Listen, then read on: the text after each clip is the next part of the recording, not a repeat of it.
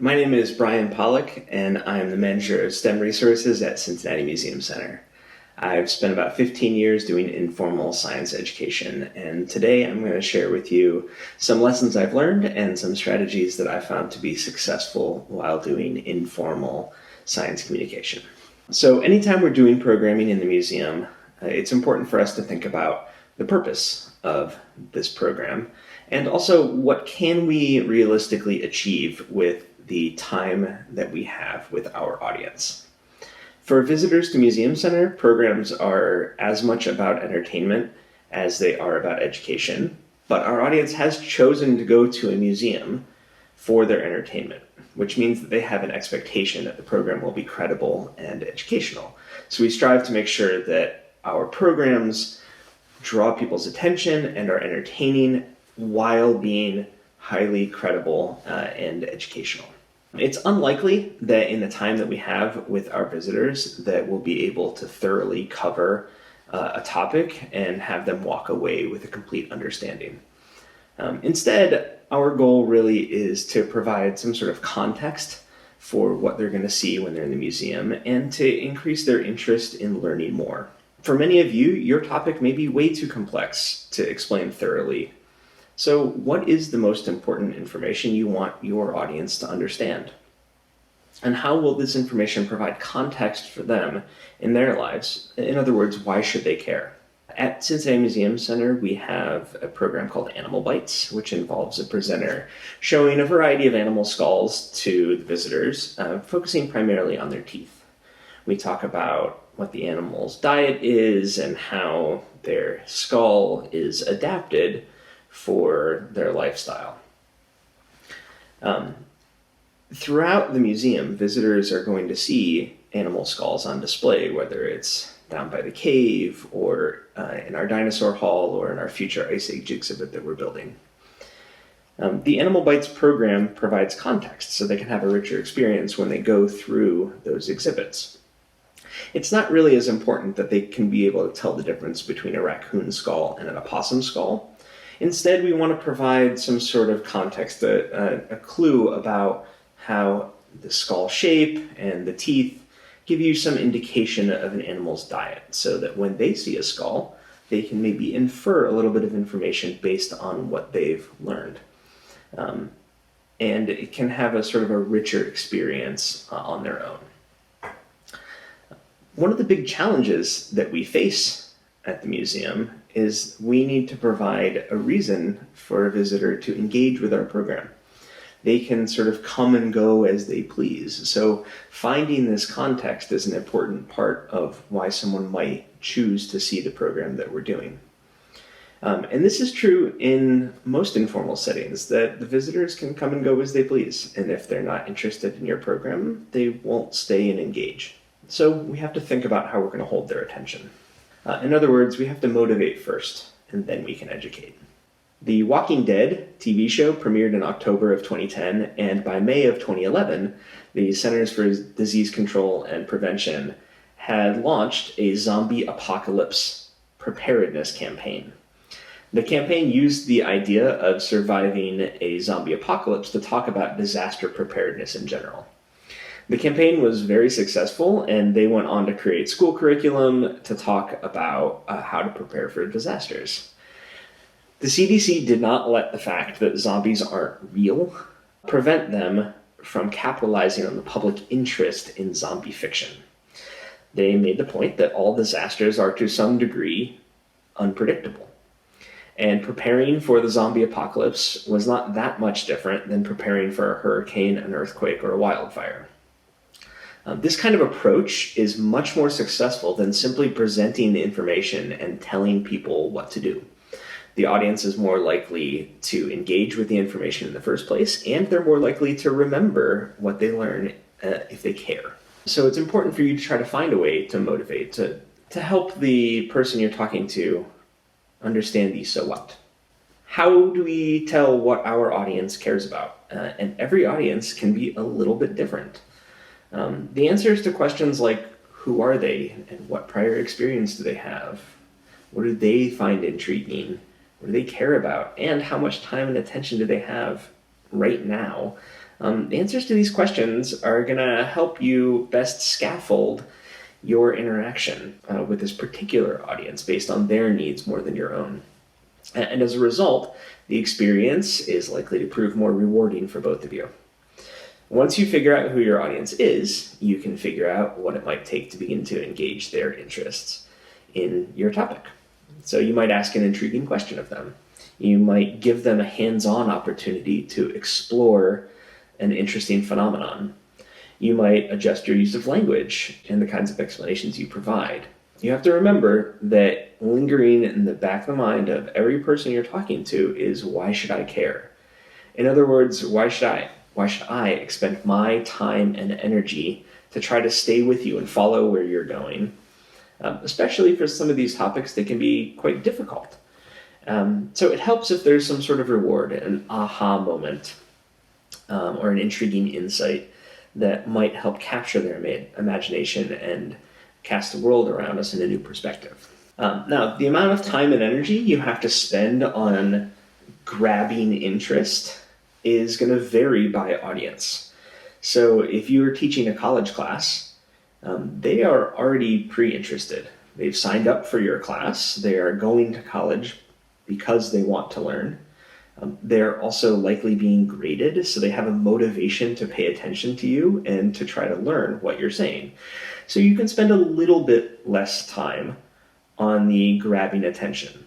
Now, it would probably not be advisable to spend no time on it because they're less likely to remember things. If you're studying for your PhD and you're talking to your PhD advisor about research that's going on in your lab, you probably don't need to spend any time on the why. They're already invested. So you can just get straight to facts and what is going on. But if you're talking to your family around dinner at a holiday, you are probably going to need to spend most of your time talking about the so what. What are the implications of what you're trying to talk about before they'll really be very interested in sort of the facts of what you're talking about. So how do we determine how much time we have and what kind of audience this is? So one way to do this and one way to engage your audience is by asking questions. And this is very popular. You'll find this in just about every guide on how to engage with audiences and how to do science communication. You're going to see things about asking questions. And it's wonderful because you're guaranteed some sort of back and forth with your audience. But you have to be a little bit careful about what kind of questions you're asking and how you're asking them. Because questions can lead to a more richer engagement and a lot more back and forth, but they can also shut down engagement and shut down conversation and discourage people. So we have to think about how we're doing these questions. Are we asking broad questions, which help sort of initiate discussion? Are we asking focused questions to get more specific information and to gauge understanding? Broad questions can have a variety of answers, things that are open-ended, like how are these two things similar? If I ask you how an elephant and a giraffe are similar, you can give me a wide variety of answers. You could say they're both really big. You could say they both live in Africa. You could say I've seen both at the zoo. There's tons of different answers to this kind of question, and it can go in a wide variety of different directions. Analysis questions like, why do you think that happened? Why do you think that happened is not the same as why did that happen. So there can be a wide variety of answers here, and there's no wrong answer. People can say whatever, and then we can go from there. We can talk about it. Making a prediction. Inviting a prediction gives people an opportunity to give you a little bit of their understanding of what's going on. This can be a little bit of a trap sometimes because you don't want to disappoint people too much. We want to make sure that people have a realistic expectation of a phenomenon before we ask them to make a prediction. Now, the point of this might be that what you're doing is crazy and discrepant and breaks expectations, which is fine. That's a wonderful lesson. But we don't necessarily want to make people make a prediction when they have no information whatsoever. So if I have two balls and I want to roll them down a ramp and I say, which one do you think is going to get to the bottom first, the blue ball or the green ball? Well, most people have no reason to think a blue ball or a green ball is going to reach the bottom of the ramp first. But if I say which one is going to get to the bottom first, the heavy ball or the light ball, that's something that people might have some information about. And then we can roll them and find out. And depending on your activity, you could have a wide variety of different answers. Maybe it meets expectations, maybe it breaks expectations. But it's very open-ended. People can predict things in different ways. And then also forming opinions, like how do you think we could do this better, or what do you think is the best approach here? So this is sort of an opinion on something, right? It's very open-ended. Focused questions are much more likely to have a correct answer or incorrect answers. So recalling facts, like what is the melting point of ice? There is a right answer and then a whole bunch of wrong answers for the melting point of ice. Or a definition, like what is a prism? Or categorization, which can be really interesting. It could be open-ended, but it could also be a little bit more focused. So what features do predators have is a very focused categorization question. But if I have 20 little toy dinosaurs in front of me and I ask you to categorize them into 2 groups, now you can do that however you want. You could sort them by their color or their size, or you could put them into a group of sauropods and theropods. So there's lots of different ways to do that. But if I ask you a specific question, that can be very focused. And then a confirming question like, have you seen this before? Now, when we ask these like confirming questions, this is where a lot of people can get into a trap where they ask really specific questions of, have you heard of this before? Do you know what this is? And if what you're talking about is a little bit more out there and they might not have seen it, you could be setting your participants up, your audience up, to answer no. And maybe you do this 3 or 4 times and they've said no, no, no, no, 4 times in a row, and that's how we've started our interaction. And that can be really discouraging and kind of shut down interaction. So we want to be careful on how we do that. A question should engage the audience and encourage discussion. It can be really tempting to ask if people are familiar with things, and that can be a real trap.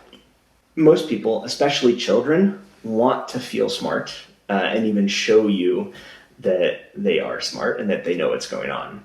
So it's better to let your audience tell you that they already know something than to ask them if they know and have them say, no, I don't know, a whole bunch of times. Or worse, they say yes, but then they don't because they just wanted to be able to say yes to your question. So now I have a clip that I'm going to show of a presenter named Lauren Zarzar presenting at the Museum of Science, Boston. And I want you to watch how she uses questions. Hello! So, I have 2 materials here.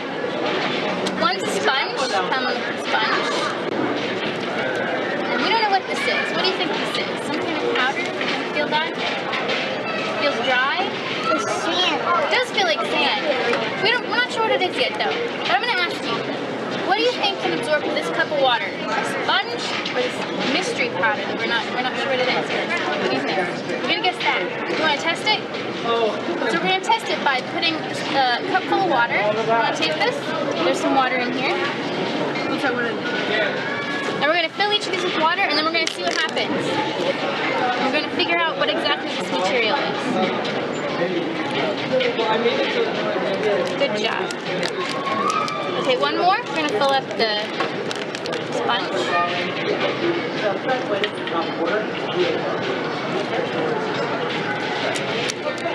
Okay, we're going to let these sit for a minute. You can hold this one. Watch what's happening. Feel it. See what's happening with the water there. It's the water is making like it's honey. Like a what? Like a honey. Honey. So it's sticky and gooey, right? Yeah. Kind of like jelly. I think it's kind of like a gel. Yes. That's definitely, yeah, you're right. It's definitely what it is. So actually, that powder is a hydrogel. It's in the dry form. And actually, I took it out of a pair of diapers. So that powder is actually what's in diapers, and it's super absorbent. It swells up in water, hundreds of times its weight in water. That's pretty cool. Look at the sponge. Look at all the water left sitting in there. It didn't absorb all of it. But your powder got all the water, right? Didn't it? Yeah, now it's just sand. Now it's dry. You understand why you remember your little sister used the Pampers in YouTube before? You see, it's like that. This is inside the Pampers, see? And that's why the pee-pee stay there and don't drop in her legs. Okay, you understand? And the sponge. If she used the sponge, but you think stay there, whatever, no, right? Drop on the floor. And the sponge had a lot of water came in. It did, but not all of it, because you see some water left in the bag. It couldn't absorb all of it. But this stuff absorbed every bit of water that you put in it. Much more absorbent. Very good, thank you. Thank you. You're welcome. You want to take this, you can. If not, You want us to take? throw it away. You want to take it? Sure. Thanks. Right, so in this interaction, we can see how the presenter is able to ask open questions in a way that increases engagement. The presenter is still able to show the phenomenon that she's interested in while allowing the participant to make relevant connections and stay engaged. She doesn't ask him if he's familiar with hydrogels because he's very unlikely to be familiar with hydrogels. So we'd be setting him up to say, no, I don't know what that is. Instead, she asks him to make observations and predictions. So when the child says the dry powder feels like sand, she affirms that, yes, it does feel like sand. And she does the same when he says that the gel feels like honey. In addition to her good use of questions, Lauren Zarzar also employs other good presentation strategies here, like having the child pour the water and do the hands-on element instead of doing it herself, and relating the phenomenon to diapers, something familiar to the child. So this was Lauren's pilot of this activity, and you can see that there are some areas where maybe she could polish things a little bit, but the approach is really great and it helps engage the audience throughout. All right, so I'm going to move on to some other things that we need to be careful of. And that's a big challenge that informal educators face is interpreting scientific language into language that the public will understand. So this often means navigating around jargon.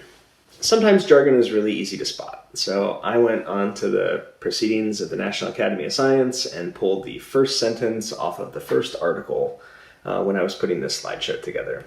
So it reads, "We investigated capsid maturation by comparing cryo-electron microscopy structures of the prohead, the empty expanded capsid both with and without decoration protein, and the virion capsid at a resolution of 3.8 angstroms for the latter." So this is pretty obvious jargon. Very few people will be able to parse this sentence and understand all of the words here. And this type of jargon is pretty easy even for most scientists who are in this to spot. They recognize that capsid and prohead here are jargon terms that most people are not going to know unless they're familiar with this field. So this is jargon when it comes to broad audiences. If you're unsure if your word is a jargon word or not, you can use the Dejargonizer, which is a website developed by some Israeli researchers to analyze how readable your text is. You just copy and paste your text into the Dejargonizer, and it will tell you percentages of common, mid-frequency, and rare words in English. And then you can use that information to sort of give yourself a score and see how it would work with general audiences. And this is great. It helps you sort of understand whether a word that you're familiar with may or may not be jargon. But the difficult thing is that there are some words that don't really look like jargon at first, like the word decoration in this sentence.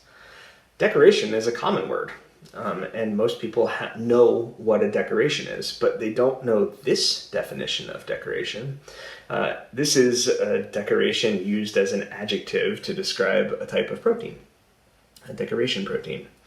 And so it has a different meaning than the one that is familiar to most people.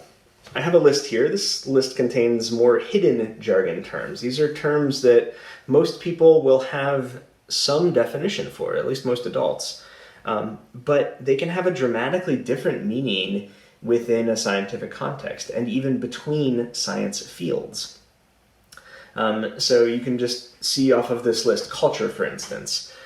Most people think of culture in kind of the same way that a cultural anthropologist would about how different people interact.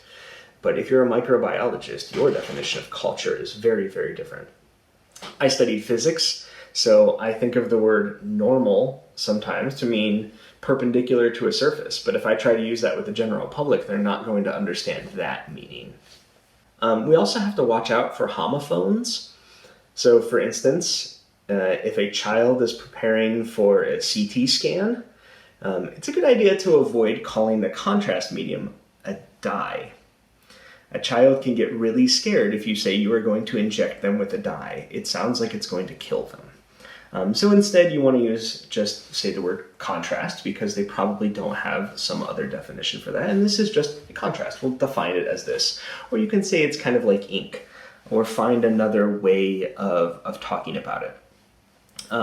Sometimes it's just confusing, and sometimes it really shuts down, and in this case would make a kid really scared.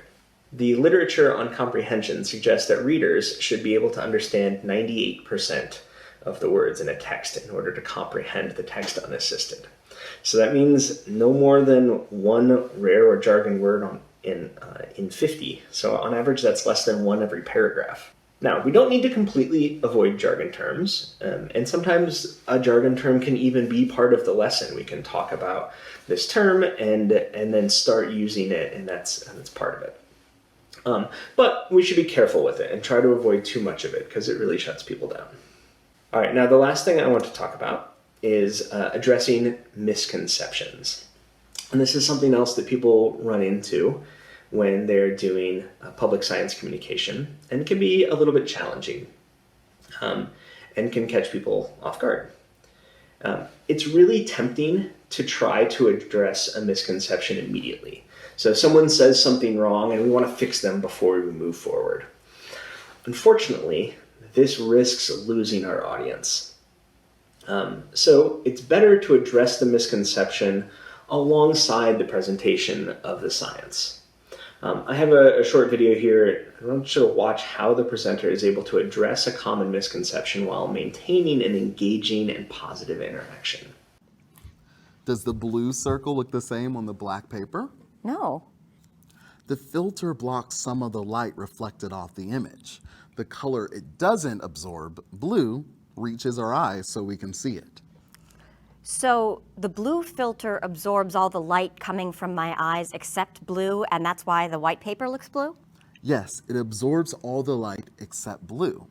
White light is made up of all colors, so the light comes from the light bulb and shines onto the paper. The blue marker reflects only the blue light, and the white paper reflects all the colors. Now, when all that light comes towards your eye using the blue filter, the blue light from the circle blends with the blue light from the paper. Your eye sees a blue circle on a blue piece of paper, making it almost invisible.